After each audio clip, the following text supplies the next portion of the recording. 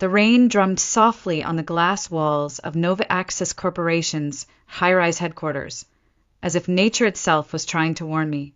I remember watching the droplets trail down the pane beside my desk, each one racing the other to reach the bottom. I used to pretend they were alive, like little brushstrokes trying to outrun time. But that morning, I didn't have the luxury of daydreams. I had a gut feeling, and I should have listened. The office was unusually quiet. Even the usual clatter of keyboards and fake laughter in the break room seemed muted. Whispers floated down the hallway like smoke, curling under doors, clinging to shoulders. Something was coming. We all felt it. At exactly 10 a.m., an email pinged across the team inbox. Mandatory all-hands meeting. Conference room 5. Effective immediately. I gathered my notepad, out of habit more than necessity, and walked with the rest of the team to the glass-walled room at the end of the corridor. I tried not to look anxious, tried not to let my hands tremble, but my stomach. It knew. Inside, people sat like statues, stiff, uncertain. Darren Cole, the man who made entire departments tremble with a single raised eyebrow, walked in with 2 HR reps trailing behind like shadows. He wore his usual navy suit and that cruel little half-smile that made your skin itch. "Thank you for being here," he began, his voice calm and razor-sharp. "As part of our ongoing strategic alignment, we've had to make some difficult decisions regarding departmental efficiencies." And then his eyes locked onto mine. "Camille Turner," he said, slowly, deliberately, "after a thorough performance review, it has been determined that your role is no longer aligned with the goals of this company. Effective immediately, your position has been terminated." Silence. Utter, excruciating silence. The kind that makes your heartbeat sound like a bomb inside your ears. I felt the blood drain from my face. My mouth was dry. I couldn't even swallow. No one looked at me. Not a single colleague. Not Susan from accounting, who once cried in my office after a bad breakup. Not Jared, who I helped get promoted. Not even Linda, who sat next to me for 3 years and borrowed my mug every morning. They all stared down at their laps like children trying to disappear. "You may collect your belongings," Darren continued, already moving on to the next slide in his presentation as if he were discussing printer maintenance. Not gutting someone's dignity in public. I stood, but my legs betrayed me. They trembled. Every step toward the exit felt like wading through wet cement. I opened the door, stepped into the hallway. And that's when I saw him. Raymond Carter, janitor, 60-something, always polite, always invisible to everyone else. He stood at the end of the hallway with his mop cart beside him, hands folded in front of him like he was waiting for me. His eyes met mine, no pity, just calm. Like he already knew. I tried to smile, but my lips quivered. Then he walked toward me, slow and certain, and reached into his pocket. His hand emerged, closed around something. When he opened it, I saw a small golden key, slightly rusted at the edges, resting in his palm. "It's time," he whispered. I blinked, unsure if I heard him right. "Time for what?" He gave me a soft smile. The kind that comes from knowing something others don't. "To breathe, Camille," he said.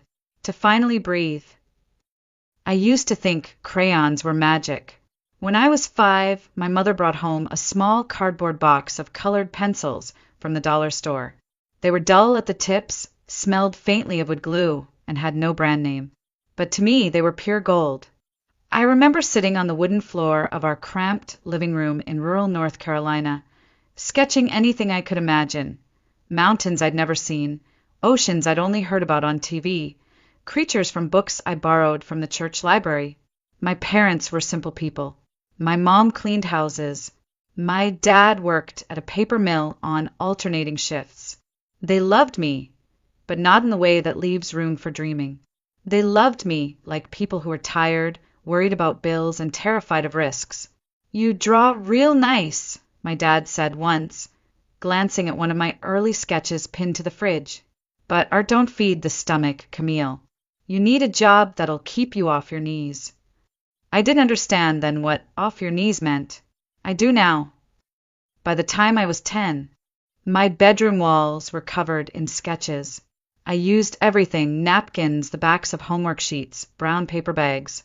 I drew late into the night, under the dim light of a desk lamp with a broken hinge. I felt alive when I drew, like I could breathe deeper, wider, like I belonged somewhere, even if it was only on paper. In middle school, one of my teachers, Ms. Reynolds, pulled my parents aside after a parent-teacher night. I remember sitting just outside the door, eavesdropping as she told them I had real talent, that there were scholarships, that art could be more than just a hobby, that someone with my eye could go far. My mother thanked her politely. My father didn't say much, but in the car ride home he said what mattered. We can't afford foolishness, Camille. You want to end up broke and begging? You want to be 30 and still living in our house? That night I put away my sketchbook for a week. I didn't draw a single line. It felt like I was trying to hold my breath underwater, and the days passed like slow suffocation. In high school, I worked part-time at a diner and used the money to save for college. I picked business administration because it was safe, because people said it had a future, because you can always draw on the weekends. But I didn't draw on the weekends. Most weekends I was too tired, or too guilty. By the time I turned 20, I had an associate's degree, a small scholarship and a job at a bank. I'd earned the approval of my family, and lost pieces of myself in the process. Once, during spring break, I visited an art exhibit at a local community college. I walked past rows of canvases, paint thick like frosting, colors leaping off the walls. I remember standing in front of one abstract piece for so long. The janitor asked me if I was lost. I was. I didn't say that out loud, but I was. By 23, I landed a full-time job at Nova Access Corporation in the finance department. Full benefits, steady pay, a cubicle with my name on a placard. My father said, "Now that's something to be proud of." I smiled, but inside, something small and bright flickered one last time before it dimmed. When I first walked into Nova Access Corporation, I thought maybe, just maybe, I'd made peace with my choices.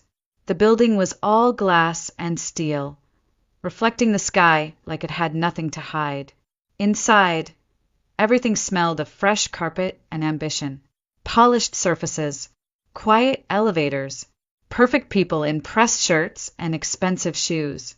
They gave me a small cubicle in the finance department with a view of a brick wall and a printer that jammed at least once a day. My job? Spreadsheets. Forecasting. Sitting in meetings where men with tight smiles and tight suits argued over decimal points and cost optimization strategies. No one ever mentioned beauty, or creativity, or the soul. Still, I told myself this was adulthood, that this was what people meant by success, but I couldn't stop the itch in my fingers. During lunch breaks, I started sneaking out to the back garden behind the building, a quiet patch of grass and 3 benches no one really used. I kept a small sketch pad tucked in my bag, its pages soft with wear. There, under the shade of a stubborn magnolia tree, I'd let my hand remember what my heart had nearly forgotten.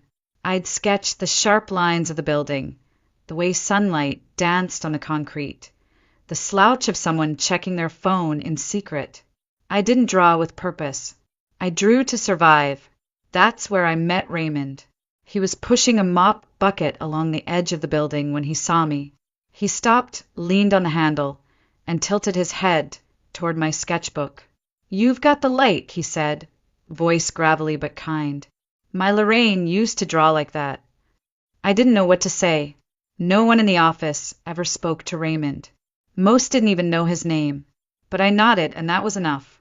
From then on, we'd talk every few days when our paths crossed. He told me about Lorraine, his late wife, a Sunday painter who never tried to sell her work, never cared if it was good enough. She painted because she had to, because, as Raymond said, it was the only way she could breathe. She set up a studio in the old tool shed behind our house, he told me once. Said it had the best light in the county. I never touched it after she passed. Couldn't bring myself to. I listened. That's all I did at first. Just listened. And in return, I told him little bits about myself. How I used to draw on paper bags as a kid. How I got accepted to an art program but turned it down. How I hadn't told anyone at work that I even owned a pencil. He never judged. Never told me I was foolish. He just said, Lorraine would have liked you. As the years passed, our conversations became my anchor. The only moments of truth in days filled with corporate jargon and artificial smiles. My coworkers? They barely noticed me unless they needed a report fixed or a file located. I was dependable, quiet, invisible, just how Darren liked his staff. But Raymond saw me. Not the employee, not the spreadsheet girl. Me. Sometimes I think he knew before I did that something inside me was dying. Quietly. Slowly. And that someday I'd need a way back. I used to count the windows in the office tower across from mine. 52. Each a square of someone else's life. Other people with other dreams, clicking away behind glass. I wondered if any of them ever looked back at me. But maybe I had stopped being visible a long time ago. 3 years ago, things at Nova Access began to shift. Restructuring, they called it. More meetings, tighter deadlines, fewer people. Those who survived the cuts didn't celebrate. They worked harder, smiled less, aged faster. I was one of them, the lucky ones. Darren Cole had always been unpleasant, but after the layoffs he grew. Sharper, like he'd tasted blood and wanted more. His eyes scanned every room like a predator looking for the slowest in the herd. And for some reason he chose me. He'd call me out in meetings for missing the bigger picture, even when I wasn't the one presenting. He'd CC upper management on minor errors, things that didn't matter. And when I got them right, he never said a word. Silence became his weapon, and I stupidly took it. I told myself he was just stressed, that everyone was under pressure, that if I just worked harder, he'd back off. But it didn't matter how early I arrived, how late I stayed, how perfectly I formatted those wretched spreadsheets. He kept coming, and I kept shrinking. My sketch pad, once tucked safely in the side pocket of my bag, ended up buried at the bottom of a drawer. I hadn't opened it in months. Every time I thought about drawing again, I heard my father's voice in my head, "Art don't feed the stomach." There were mornings I stood in front of the bathroom mirror and barely recognized the woman staring back. Hollow cheeks, tired eyes, a suit that fit too well because I had worn it too long. Somewhere along the line, I'd traded color for compliance, breath for balance sheets. I started sitting alone at lunch, not because I wanted to, but because no one noticed when I stopped showing up in the break room. My voice grew quiet. My laugh disappeared. I began to disappear. Raymond noticed. He didn't say much at first, just watched me as he passed in the hallway. One day he paused and said, "You're walking like you've got chains around your ankles." I gave a weak smile. "Just tired, Raymond." He didn't smile back. "No, Camille, it's not tired. It's something heavier." I wanted to cry then, right there, in front of the janitor with his mop and his eyes that saw too much. But I didn't. I swallowed it, like I always did, and walked away. That night, I went home, opened my drawer, and pulled out the sketch pad. I stared at the blank page for a long time. But I couldn't draw. My hand hovered over the paper like a ghost. I didn't know where to begin, or if I was even allowed to begin anymore. I closed the book and put it back. Some people burn out in flames. Me, I was fading. One spreadsheet at a time. I don't remember much of the walk back to my desk, just the cold hum of fluorescent lights and the click of my heels echoing louder than they should have. My name still hung in the air like a bruise. Camille Turner, terminated effective immediately, like I was a spreadsheet, reviewed, deemed irrelevant, and deleted. A cardboard box was already waiting for me on the edge of my desk. HR efficiency at its finest. Someone had even started packing for me. My framed photo of Mom, a ceramic mug that said Introverts Unite, separately the little plant I'd nursed through 4 winters. And my sketch pad, dusty, untouched, still closed. I stood there for a long moment, just staring at the items of a life I no longer belonged to. Around me, people went back to typing like nothing had happened. No one made eye contact. No one said goodbye. That was the part that hurt most. Not the job, not Darren's smug voice, but the silence, the way 30 people could pretend you'd never existed. I placed the last few items in the box, lifted it into my arms, and made my way down the main hallway one last time. Each step felt heavier than the one before. I didn't know where I was going. Home, maybe, or to the car, or into some abyss where all the invisible women go. And then I saw him. Raymond stood just beyond the hallway bend, next to his mop cart, watching me. He didn't speak right away. He didn't ask what had happened. He already knew. He walked toward me slowly, gently took the box from my hands, and set it on a bench by the wall. Then, with a steady hand, he reached into the front pocket of his gray uniform and pulled out a small object. A key. It looked old golden, slightly rusted around the edges, the kind you'd find in an attic or a storybook.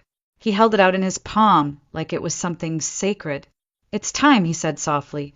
I blinked, confused. Time for what? Raymond's eyes met mine. There was no pity in them, no sadness, only calm and something else. Something like conviction. "To breathe," he said. "Lorraine always told me, breathing isn't just about lungs. It's about the soul. That studio's been waiting for you, Camille. Way too long." My throat tightened. "Studio." He nodded and handed me a folded piece of paper with an address written in careful, blocky handwriting. 17 Sycamore Lane. I looked down at the key, then back at him. I don't understand." "You don't need to," he said. "Not yet." I stood there frozen, the key warm in my hand, like it had been waiting for my palm all this time. No one had ever handed me anything like this before. Not a key, not trust, not belief. Raymond smiled, a soft, weathered smile. "It's yours now." Lorraine would have wanted it that way. He didn't wait for thanks, didn't make a speech, just turned and pushed his cart down the hallway, disappearing like always. Quiet, constant, kind.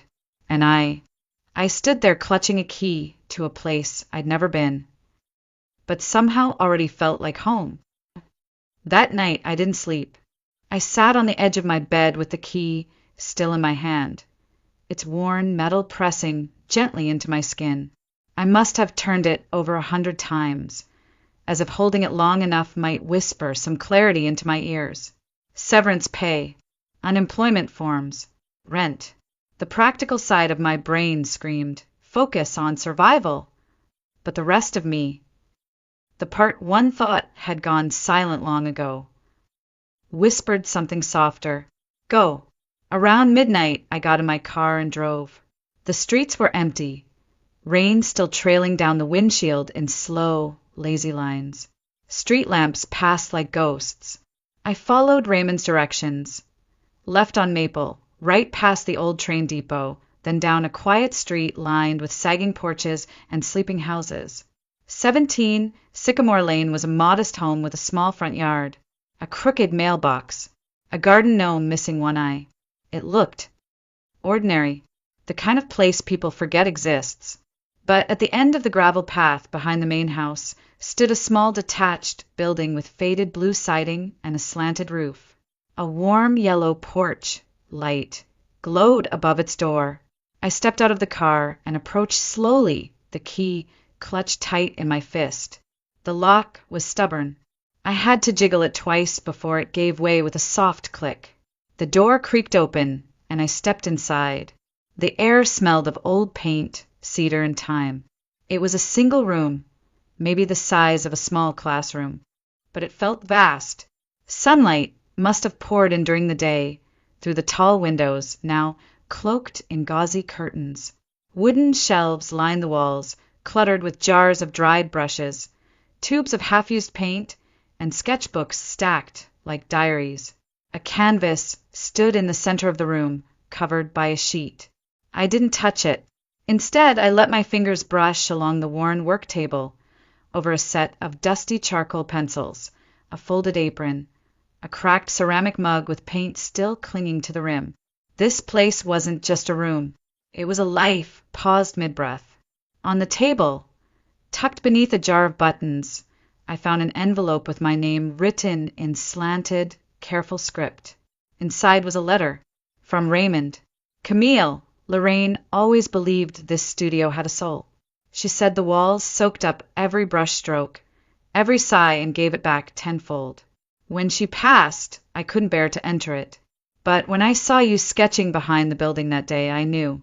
You've got the same light in your eyes. This space, it's yours now. Not charity. Recognition. You are an artist. Even if the world tried to convince you otherwise. Life is too short to live someone else's dream. Raymond, I sank into the nearest chair, my chest heaving with a mix of grief and something that felt frighteningly close to hope. For a long while I sat there in silence. Then, without thinking, I reached for a pad of paper in the drawer. My hands moved on their own, shaking slightly. I found a stick of charcoal, cracked but still usable. I turned to a fresh page and drew a line. It was jagged, too hard, not perfect, but it was mine, and for the first time in years I felt like I was breathing again. It started with one line, then another, and another. Every morning, I returned to Lorraine's studio like it was church. The sun poured in through the tall windows, illuminating motes of dust that danced in the air like whispers from her past. I didn't plan what I drew. I just let my hands remember. At first, it felt like exhaling after holding my breath for years. I drew what I saw: cracked teacups, flowers from the garden, the gentle slope of Raymond's back as he watered the tomatoes. I filled page after page, sometimes with nonsense, sometimes with fury. Some drawings I tore up before they even dried. Others I kept, taping them to the wall like little affirmations. You are still here. You still matter. Raymond would stop by now and then, sometimes with a sandwich, sometimes with nothing at all but his quiet presence. He never interrupted. He just sat in the corner, sometimes humming low and tuneless like a heartbeat. You've got more color in your cheeks, he said once, handing me a cup of peppermint tea. I think it's charcoal dust, I smiled. He smiled back, but gently. No, it's something else. I wasn't earning anything yet. The severance package from Nova Access was enough to carry me for a while, and I dipped into what I'd saved over the years, money I thought I'd use for some rainy day that apparently had arrived. Still, there was fear. Always fear. Fear that I was wasting time, that I'd run out of money, and this fragile, beautiful thing I'd found would vanish.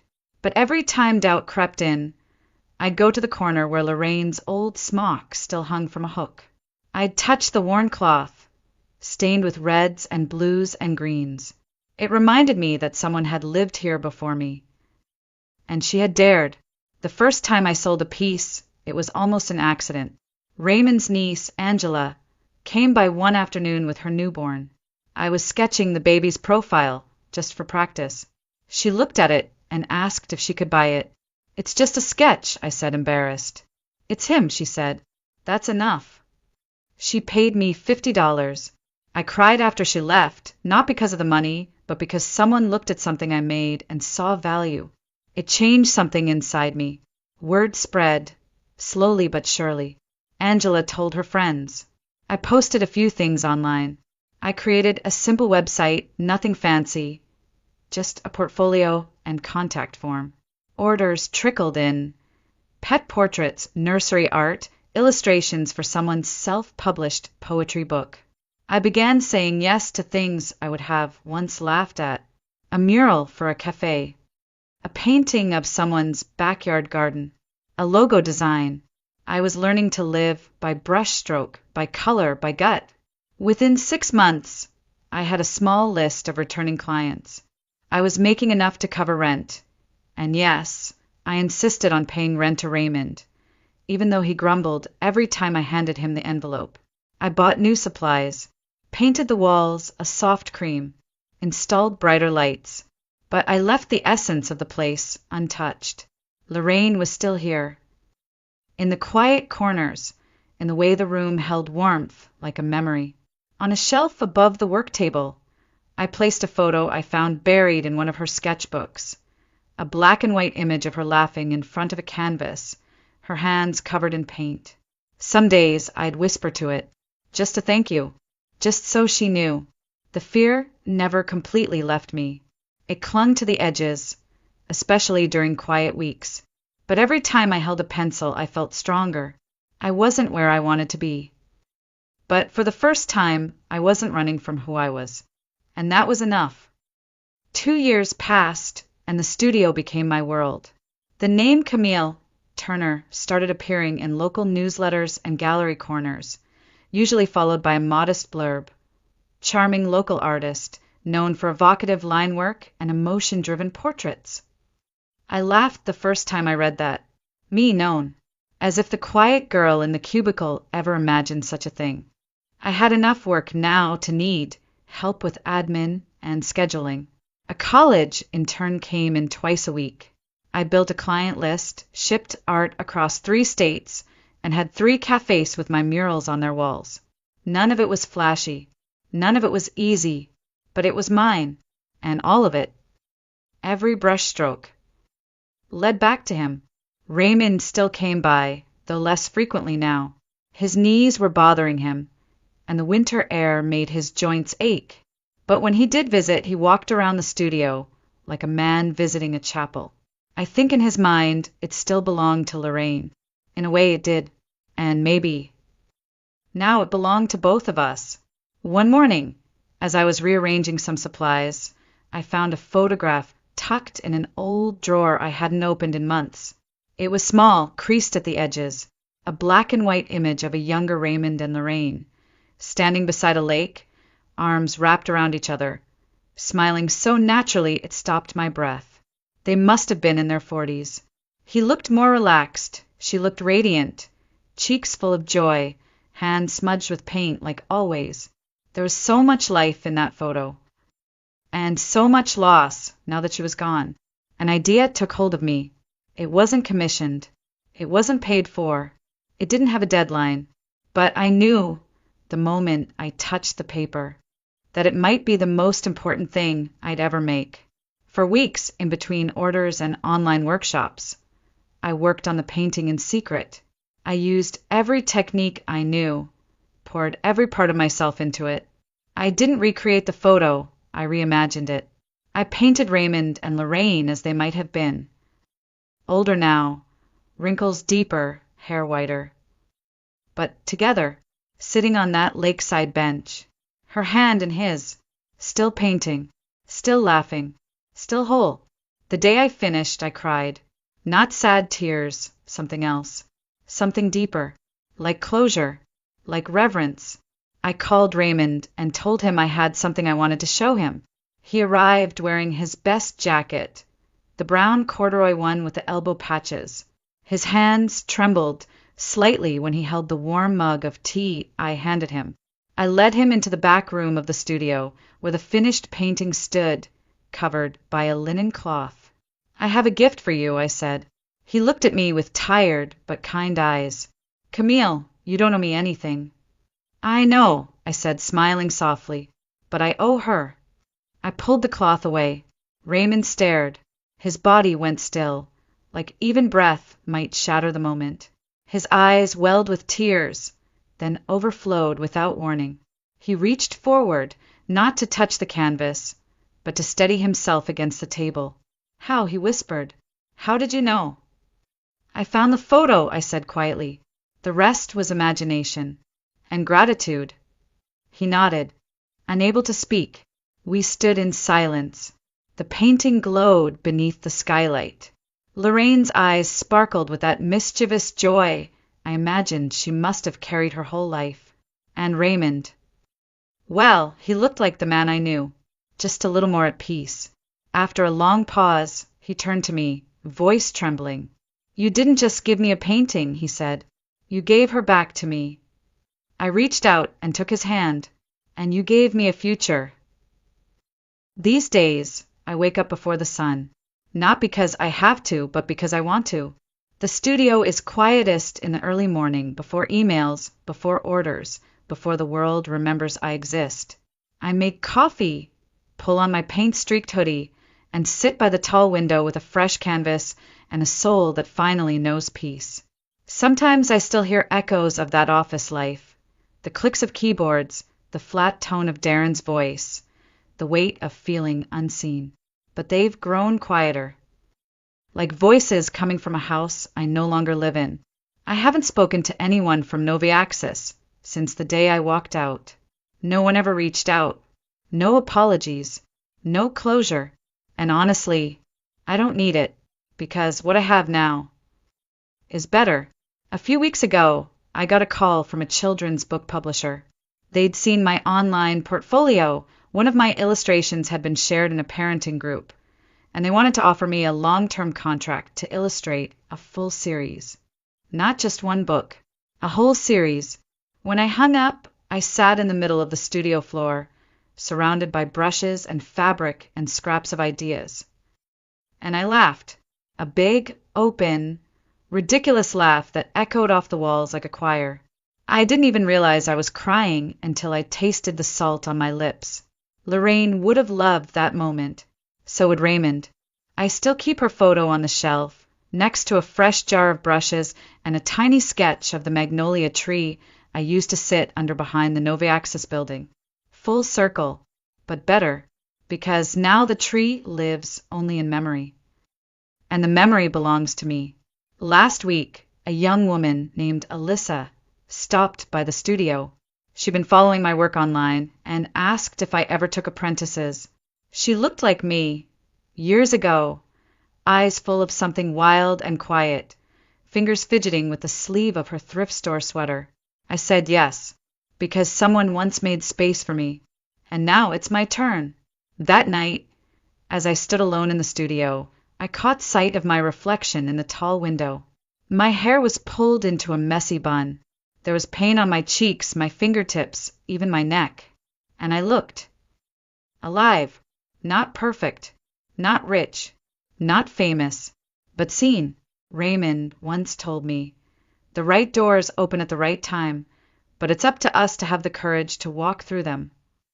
Back then, I didn't know what that meant. Now I do. Sometimes the door is a real one, old and rusted, behind a quiet house on Sycamore Lane. Sometimes it's a canvas, or a sketch pad, or a single, trembling line drawn in the dark. But always, it's the moment you stop asking for permission to be who you are. The world didn't give me that key. Raymond did. Lorraine did. And now I hold it in my hands, not with fear, but with purpose. Because I know who I am now. I'm Camille Turner. I'm an artist. And I'm home.